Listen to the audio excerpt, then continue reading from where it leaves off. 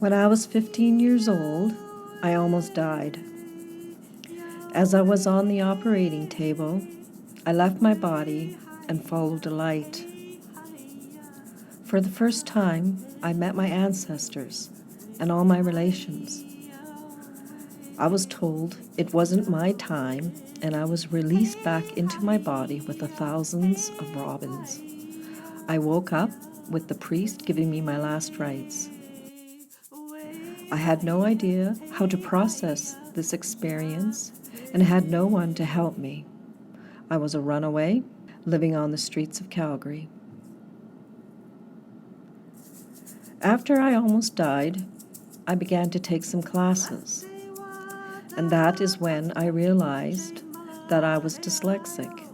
I waitressed as I upgraded my courses, and at the age of 26 years, I read my first book. It was called Mitakuya Oyasin, which means All My Relations.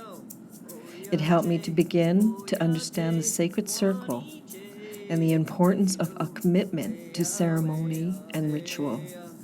I began searching and met an Indigenous woman who adopted me into her clan. I lived with her in the bush for 10 years. I knew that I belonged there, but others did not. On the reserve, they called me Cinderella because of my blonde hair and my blue eyes. Wasishu and Muniao was said and spoken many times also. When my elder died, I was forced to move back to Calgary, where I found out through my Uncle Bill that I was actually Métis. Just like my Métis ancestors who have been displaced, I felt like I had been as well. My Métis traditions gave me the tools and a sense of place in a way I had never had in my life. In the process of unlearning and relearning who I was, I realized that I needed help with traditional teachings about mental, emotional, physical, and spiritual health. And because I was in the city, I had to turn to the healthcare system. I was able to visit some therapists, but I found that I spent most of my time educating them about history and ceremony. I needed elders to talk to about my challenges that I was facing, but all I was getting was prescriptions for antidepressants.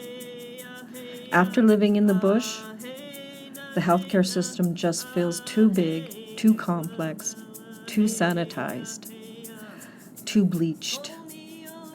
I need a sweat lodge, a sacred hearth fire, and a safe place to fast. But as a low-income Métis woman, I do not have the accesses to these places. I know these healing practices will help me, and I am trying to integrate them with what the healthcare system can provide. All I ask is that they keep an open mind. My passion is to support Métis and Indigenous peoples to connect to their Indigenous genealogy and their own place in the world. When it comes to mental health, we are our own healers. We just need access to places and tools that allow this to happen.